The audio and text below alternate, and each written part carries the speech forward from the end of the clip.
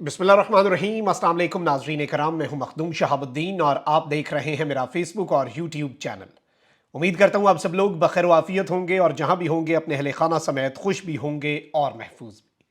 नाज़रीन कराम, इस वक्त एक जानिब तो मुल्क के अंदर सियासत का धारा जिस तरह से बह रहा है और जिस तरह की सियासत हो रही है और सियासी मंजरनामे में जो अनसर्टेनिटी है, जो धुंध छाई हुई है, उसकी मिसाल शायद पाकिस्तान की हालिया तारीख में नहीं मिलती।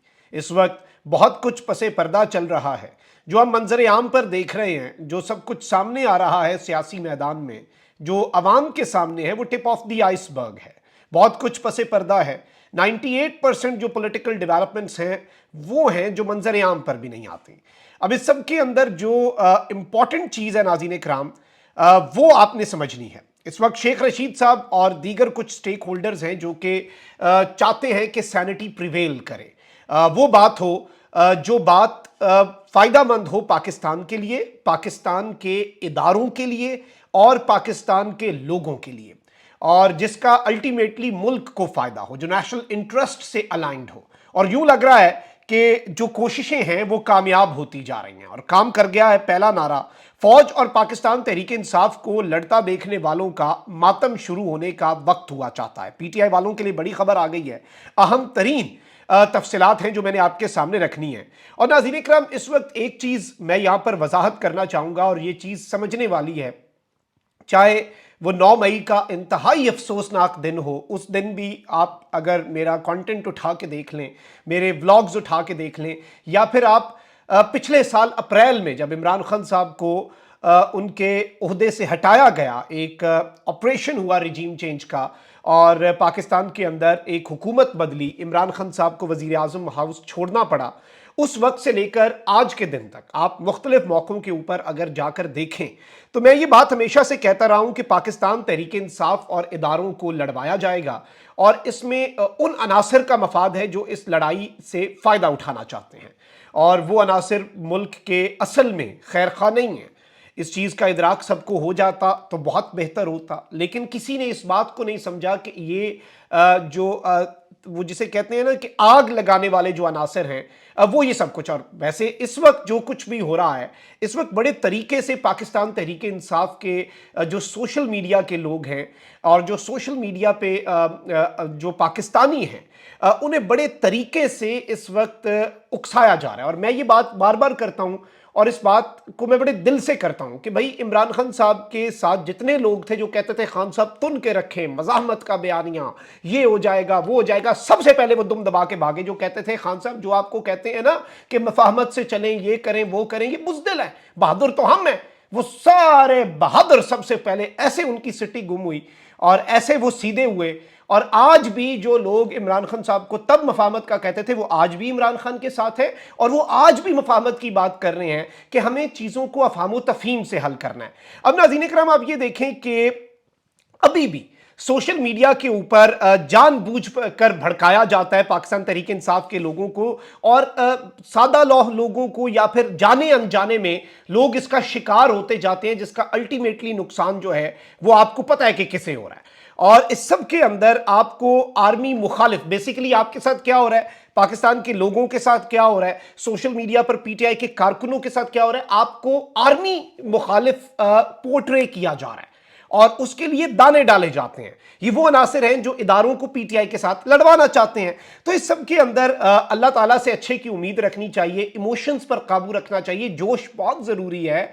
जोश और जुनून ही से तो आज़ादी मिलती है। हमने आज़ादी 47 में भी तो जोश से हासिल की थी। लेकिन अगर आपको याद हो कि उस वक्त हमारे लीडर कायद आज़म मोहम्मद अली जिन्ना, जो आज भी पाकिस्तान के लीडर हैं और हमने उनसे सीखना है, उन्होंने मुसलमानों को, मुसलमानाने हिंद को जोश के साथ होश का दामन नहीं छोड़ने दिया।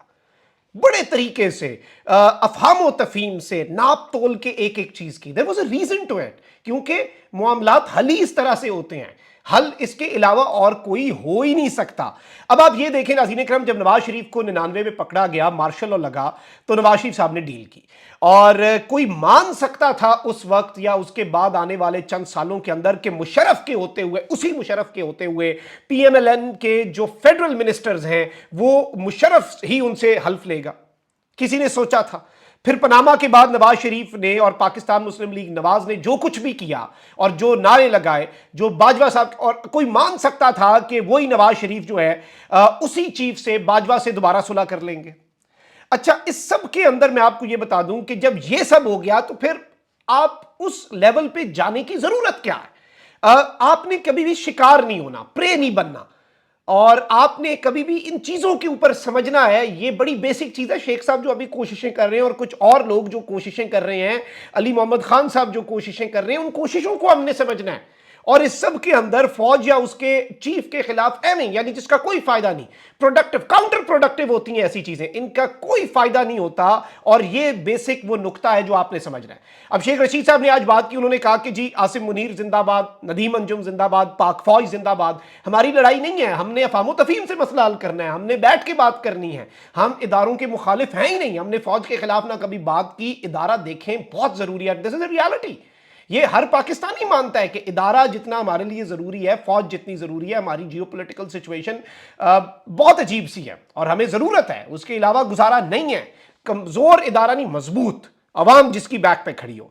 अब अंसार अब्बासी साहब ने एक कॉलम लिखा है और इसका उन्वान है इमरान खान की माफी तलाफी के इम्कानात।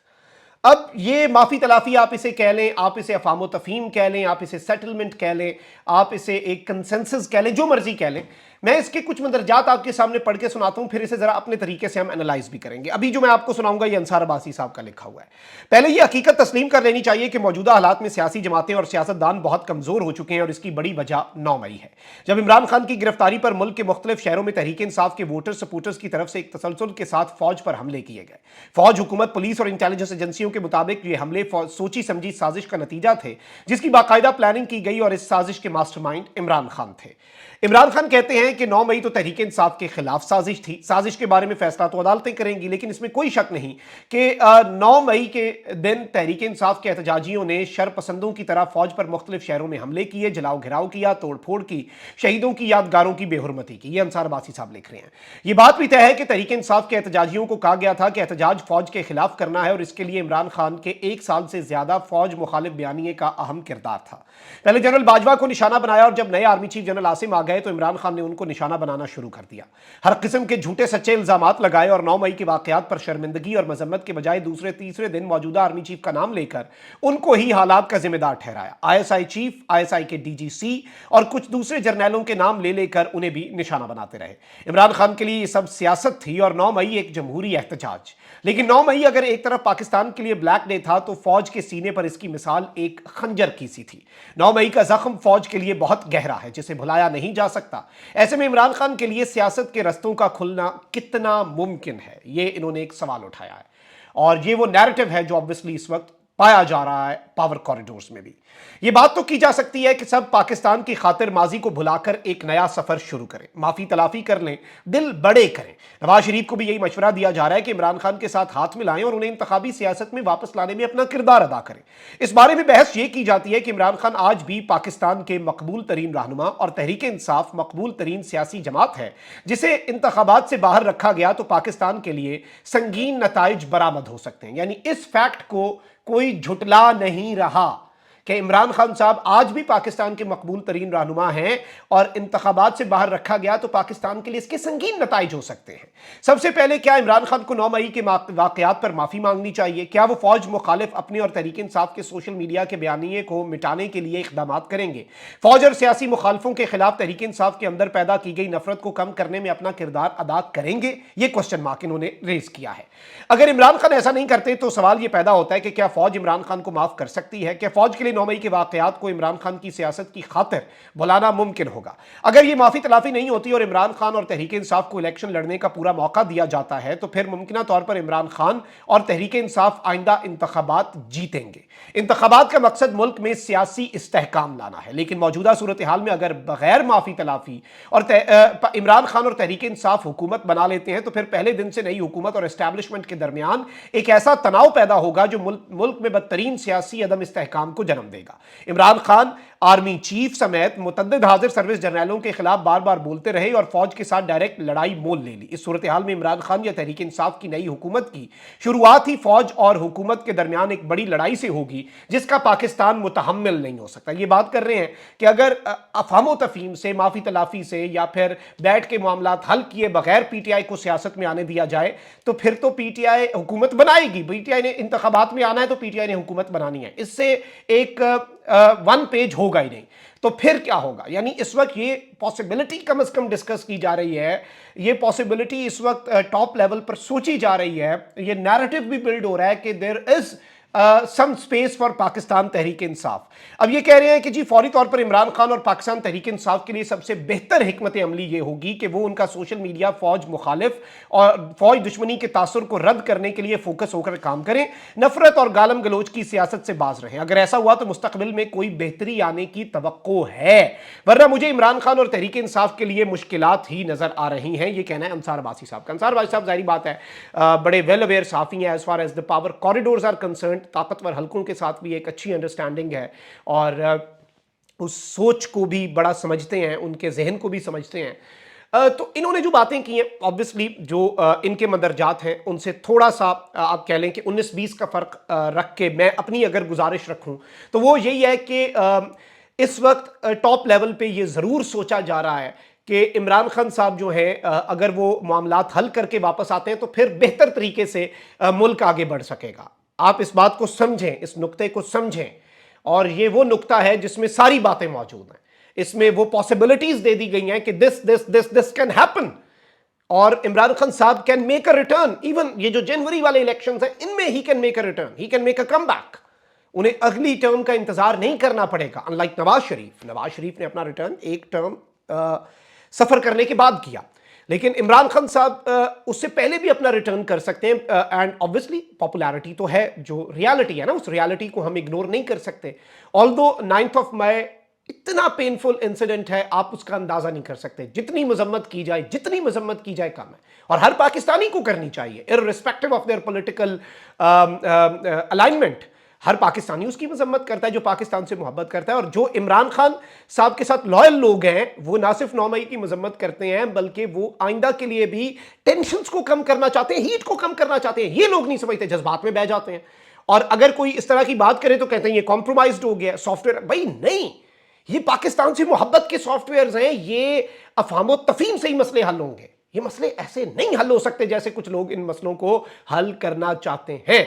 कमेंट सेक्शन में राय का इजहार जरूर करें। अपना बहुत ख्याल रखें। अल्लाह निगहबान। पाकिस्तान जिंदाबाद।